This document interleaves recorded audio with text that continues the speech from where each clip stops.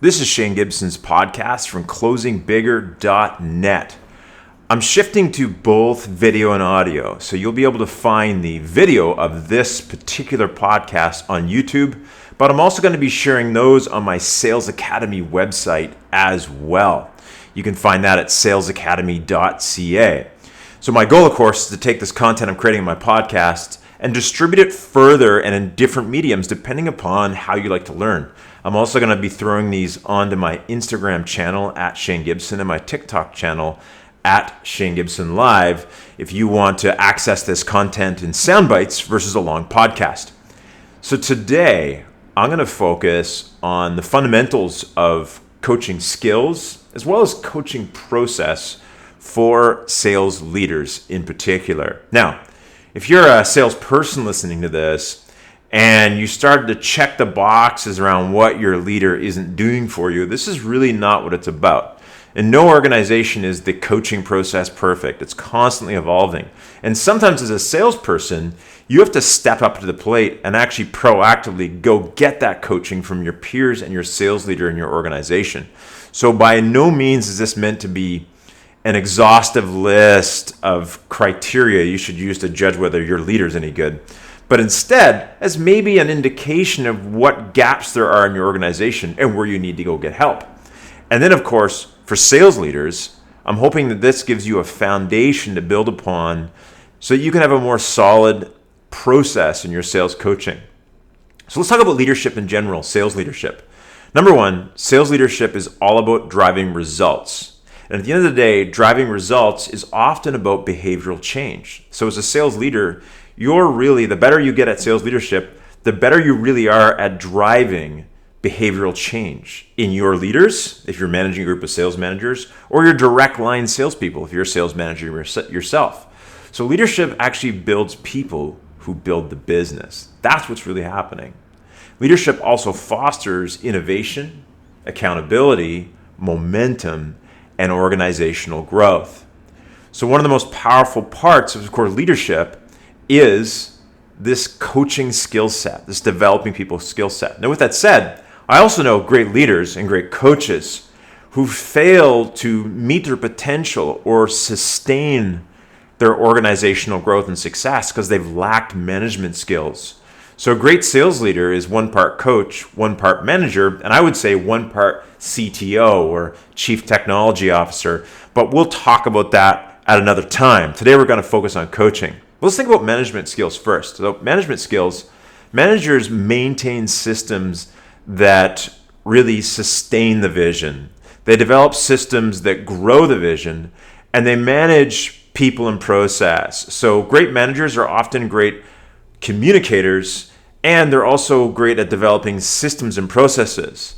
It's also about accountability. So good managers often have systems in place and habits and disciplines around accountability. They're return on investment aware, and they effectively organize around what they're trying to achieve. They also provide stability, credibility, and consistency. So it's not just enough to be a visionary leader or a great coach. You also need to develop these fundamental management skills. Many of us who've moved up from salesperson to sales manager to director of sales to VP of sales, a lot of us may have skipped these traditional management skills and are riding on our capacity to sell and inspire other people. But at a certain point, we're going to hit a ceiling unless we invest in being more systematic in our approach to sales leadership. So communicating vision. A big part of success in sales, in my opinion, like I said earlier, is actually about facilitating behavioral and organizational change because we're constantly have to address and adjust what's happening in the marketplace.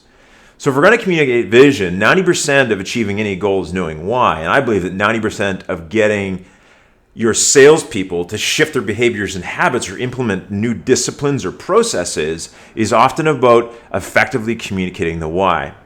So when we communicate our vision, I think the first step is it SMART? So SMART, of course, means specific, measurable, attainable, realistic, and timely.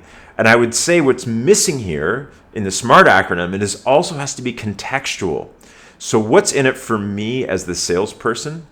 And how do I connect what's in it for them to the impact it has on the organization and the importance of the team overall for us to succeed.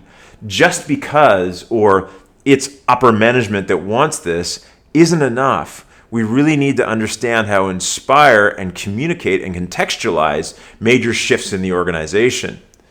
Are you inspired by it? So if you're going to communicate your organizational sales vision or a major goal or major initiative and major launch, you're the first person that has to buy into it. And have you connected it to their individual needs? And I think this is important. I've talked about it earlier. And is it easy to understand? I think too often we don't know a subject well enough, and I forget who said this, but it's a famous quote, is that if it's too difficult to explain, it's too difficult to implement. But if you can't explain it in succinct manner, often it's because we ourselves don't understand the topic well enough.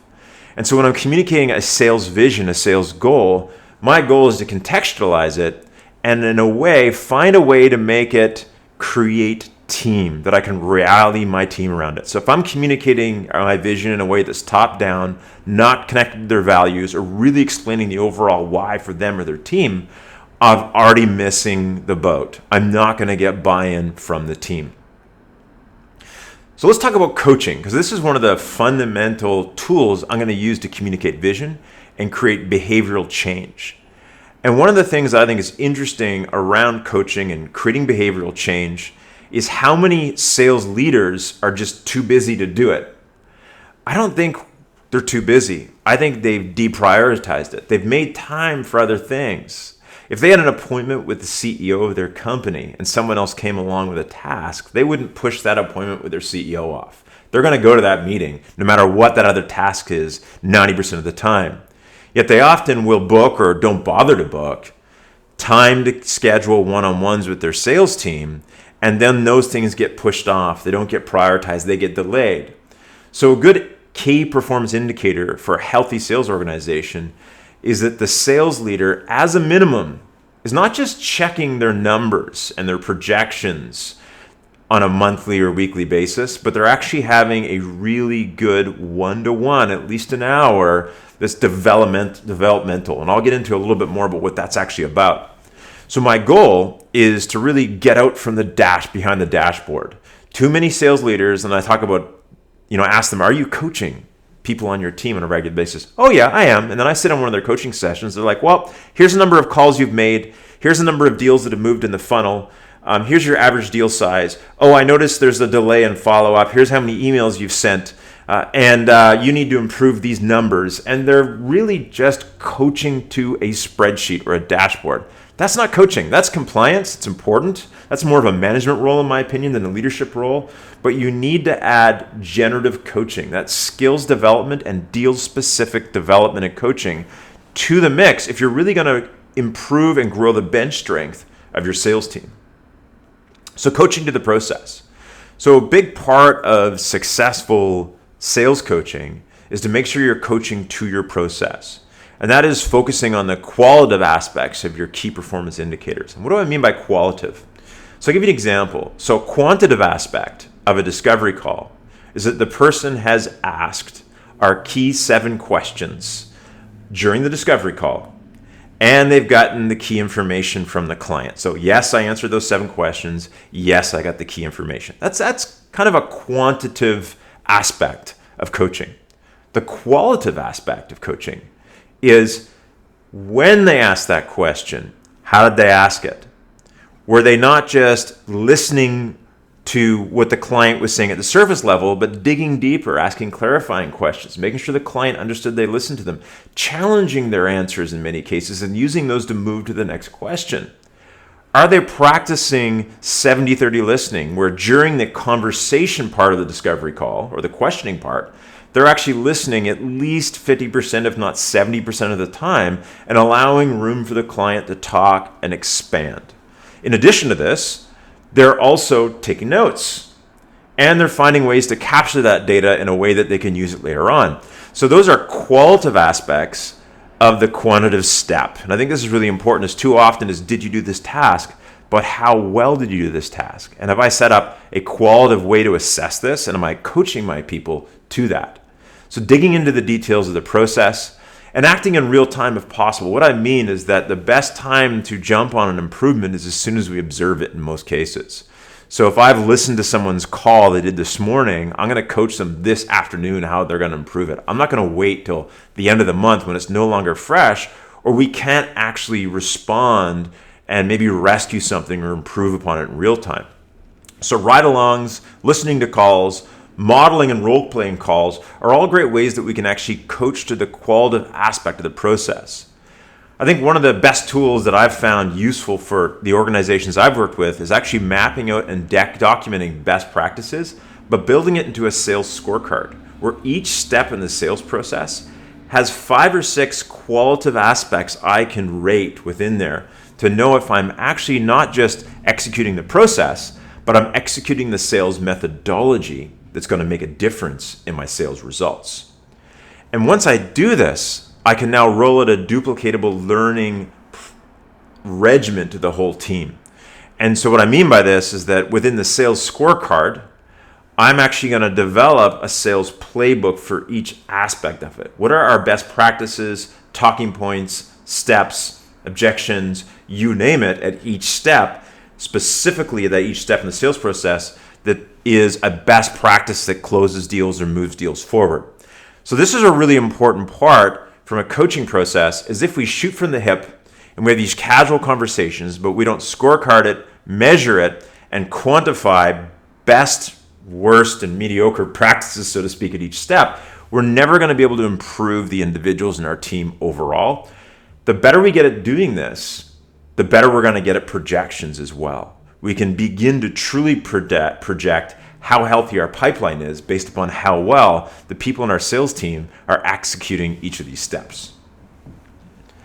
So I want to talk and focus a little bit on getting formal. I mentioned this earlier, but I think that getting formal is a really important piece.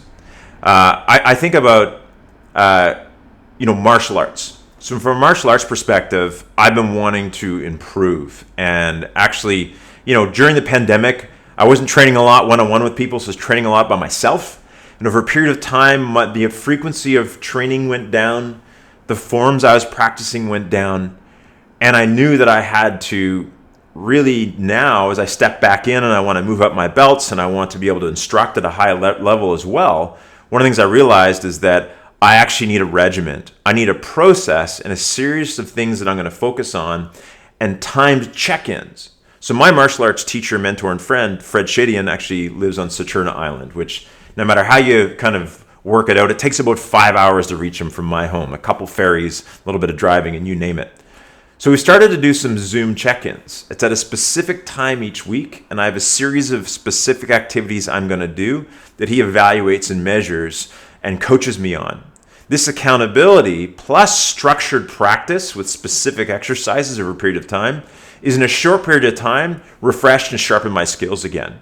I'd thought about doing it. I'd haphazardly practiced for several months on my own, but the minute I added structure and accountability, my skill set, awareness, all these things picked up. So did my confidence because I was getting a proper feedback loop on a regular basis.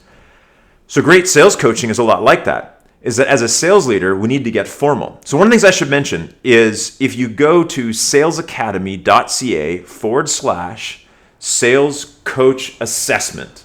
So salesacademy.ca/sales coach assessment. I've got a downloadable PDF that you can download, print out, it's free, and you can rate your sales coaching skills and your sales coaching process as an organization to see where you need to improve to get it formal. So number one, here's some steps on getting it formal. Proactively schedule one-on-ones in your calendar at the beginning of the month before it fills up with each of your team members. You got to decide, and I would suggest to do it twice a month, but if you've got a wide team, anything beyond 6 to 8 people, if you got 12 that are accountable to you, you probably won't be able to see each of them once a month for a full one-on-one, and then schedule short, laser-focused sessions weekly. That might even just be 15 minutes per person to check in. Use a coaching prep form. So I actually use a preparation form when I'm coaching. It simply asks things like, what did I achieve since our last coaching call? What did I fail to achieve that that I intended to? What help do I need? What wins have I had? What challenges am I having? And then where are my KPIs since the last time we talked? And the salesperson has to fill that out before we get together. Then they send it through to me. And this does two things. It makes sure that they're mentally in the driver's seat of their own personal development. But it also makes sure that me as a sales leader, I'm actually having time to truly prepare and make sure the coaching session is highly effective. So I have time if there's having challenges and it has to do with another department, or maybe it's an area that I'm not that competent in or I don't know, and I can go to someone else and get that information, that I'm actually bringing value to the table as a coaching leader as well. So track your promises proactively and remind and encourage them. So one of the things I'd suggest is whatever promises are made in the meeting, that you make it responsibility of that salesperson to take notes in the meeting and email them to you and of course themselves so they have a copy of all the commitments we've made. And then I'd put them in your calendar as a reminder so that you can reach out to them those days to check in to see how they're doing. Too often we have a great coaching session, then we get busy and we don't actually follow up with that person because we haven't systemized it. So use the summary approach to validate the value of coaching as well. So one of the things that's interesting is that once salespeople, and I see this with entrepreneurs as well, become successful and they start to gain momentum from the coaching process, they have a habit of taking full responsibility and credit for the success. So you may have coached them and gotten them to shift their behavioral change, but they'll come to the next meeting telling you how awesome they are. Then the next time you schedule them for coaching, they'll say, well, I'm doing okay. Can we push it back a bit? Because for them, they don't need it anymore. Or it's not that valuable. Because part of it is they might not be tracking the behavioral changes that have occurred as a result of the coaching. So as a leader, it's important to also summarize the results they've generated from the agreed upon shifts within your coaching sessions. It's not about taking the credit, but it's about making them aware of the impact of their commitment to your coaching relationship has had on their sales success. So coaching self-assessment, like I said, one of my suggestions for you would be to go to salesacademy.ca/sales coaching assessment.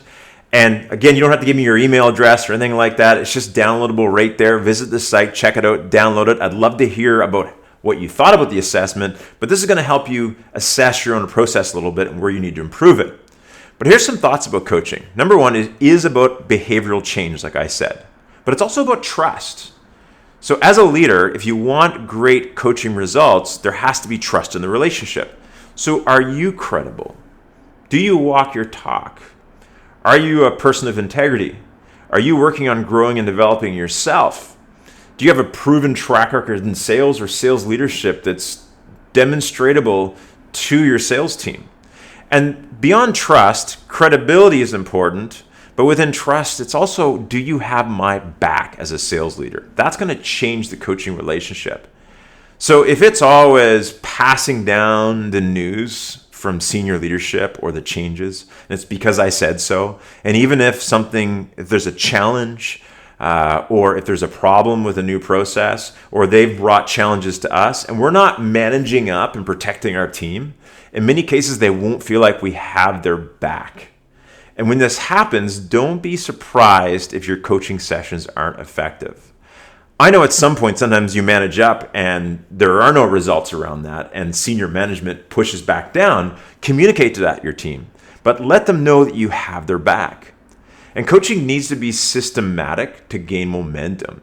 So scheduled, process-oriented, self-assessments, coaching forums, credibility, and a proper cadence is going to help you gain some true momentum in your sales coaching disciplines.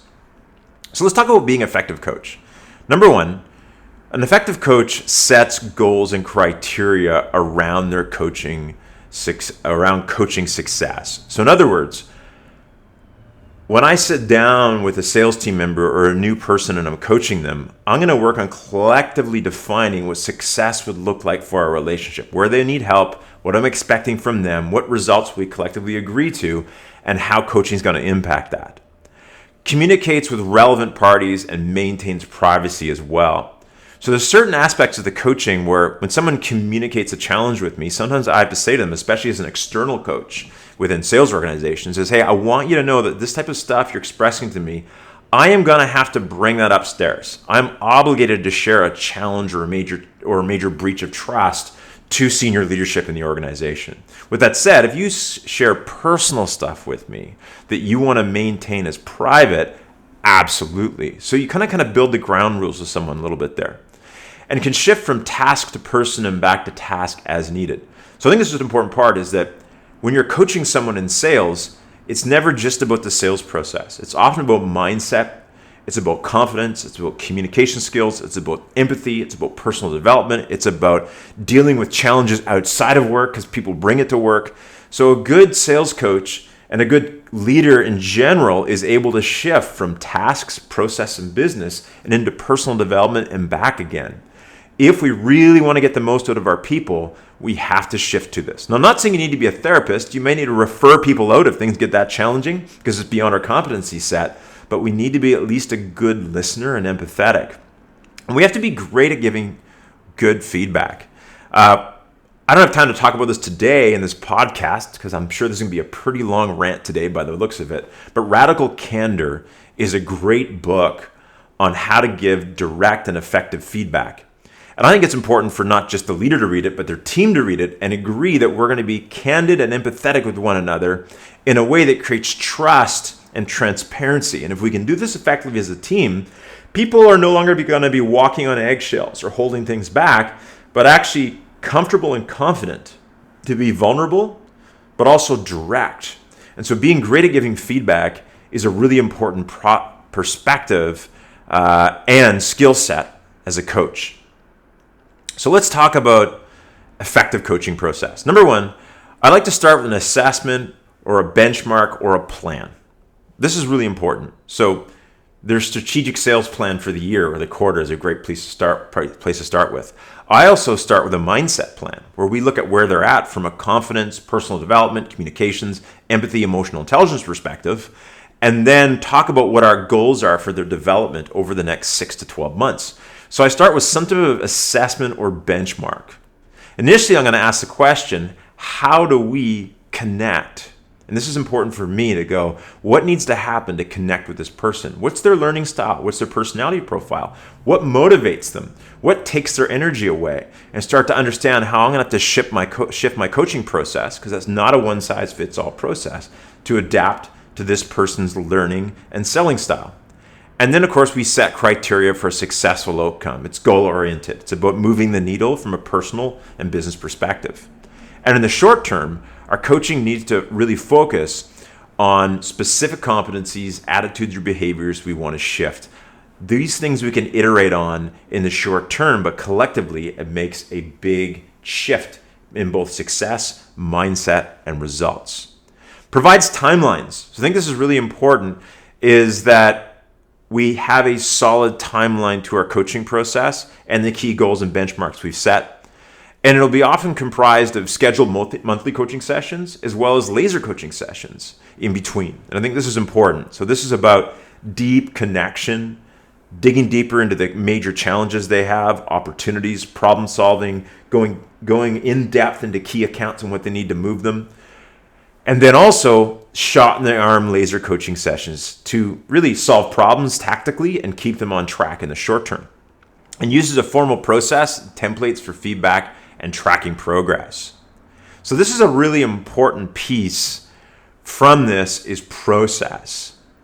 And I think the other part is that just like selling, I believe that great coaching is actually more about, it's not like consulting where I sit down with someone and I tell them, hey, this is what you need to do based upon my experience. And all the clients I've worked with and the years I've been in selling and the 200 deals I've seen like the one you're working on right now, here's what you need to do. That's okay, but that's really consulting. I think people mix up consulting and coaching. Coaching is about sharpening someone's axe, and instead of telling them what to do, actually helping them shift the way they think. So this is where asking questions becomes a really important aspect of coaching. And so I'm going to kind of run through a whole bunch of questions here that I like to ask during the coaching sessions. I don't ask this, of course, during every single coaching session, but here's a series of questions you can start asking salespeople that you're coaching to really start to move the needle and shift the way they think. As a salesperson, these are great questions just to ask yourself. So here's some sample coaching questions. My kind of top 3 I like to ask, or top 4, is what went well? So what went well in that specific meeting, or what went well this week? What didn't go as planned? What factors do you think contributed to that? So if it went well, why did it go well? If it didn't go well, what precipitated that result? What could you do differently next time? If you were in the same situation next time, what would you have done differently in advance? Where do you think you need more coaching or support on that? Are there any products or services you don't feel 100% comfortable talking about within our company that we're selling? Is there any aspects of it that you're not sure about or you don't feel comfortable with? What was the best sales interaction you had this week? That's a great question, because sometimes our best sales interaction, if we break it down and deconstruct it, starts to help the salesperson see some key best practices that they can scale across the rest of their conversations. What were some of your toughest sales or customers this week? What did you learn from it? What would you change? What are you trying to achieve on these 30 calls you're making? So someone tells me, hey, I've been making 30 calls a day. I'm not getting the results I want.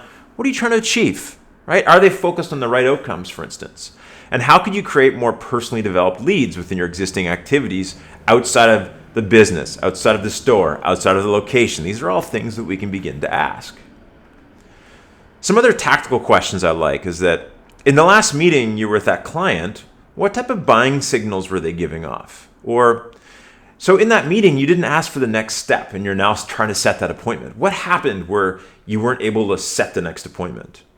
Can I make a suggestion for next time? Sometimes it's important to ask permission before we give feedback. Sometimes people aren't done venting or sharing, or they're not ready for that feedback. So sometimes just asking permission here and there can be helpful. At what point did you feel the meeting got away from you? What do you think happened? What could you have done instead? Let's take a look at your calendar for the next week, right? Let's map it out and think about what you could have done better. Look at your calendar last week. What could we shift for next week to make your time management better? And so these are here's some more strategic calls. So these are more strategic ones to grow people. When was the last call with that particular client, right? Who was on it?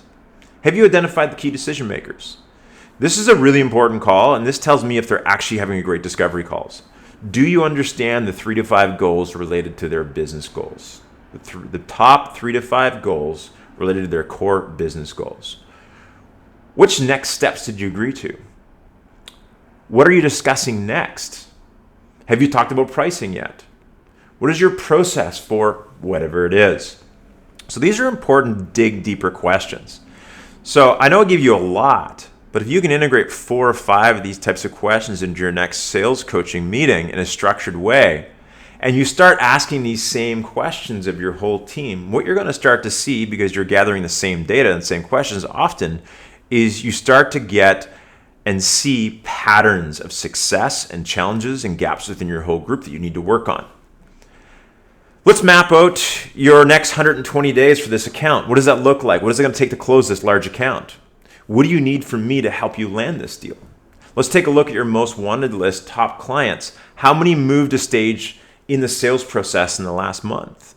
What are you doing to move them forward next month? What factors might hold this deal back?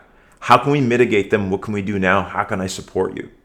So these are all the types of questions that we need to ask if we're going to have a generative, qualitative focused sales coaching session. So I covered a lot here around coaching and how to become a great sales coach as a sales leader. And I think that there's another one that becomes very important. And this comes from a good friend of mine, Dr. Dennis Covier, who wrote a book called Coachable. And it is, how coachable are we as a sales leader? Because if we're not coachable, it's going to run downhill. It's going to move through our whole organization. We can fake it a bit, but our energy, our intent, our lack of openness, our unwillingness to hear feedback from our team, that's a sign of lack of coachability. So great leaders are great students. They're highly coachable. They have a coach themselves. They're seeking out mentors for growth in many aspects of their life. And people want to follow people who are moving somewhere. So if we're stagnant in our growth as a sales leader and a sales coach, people can feel it.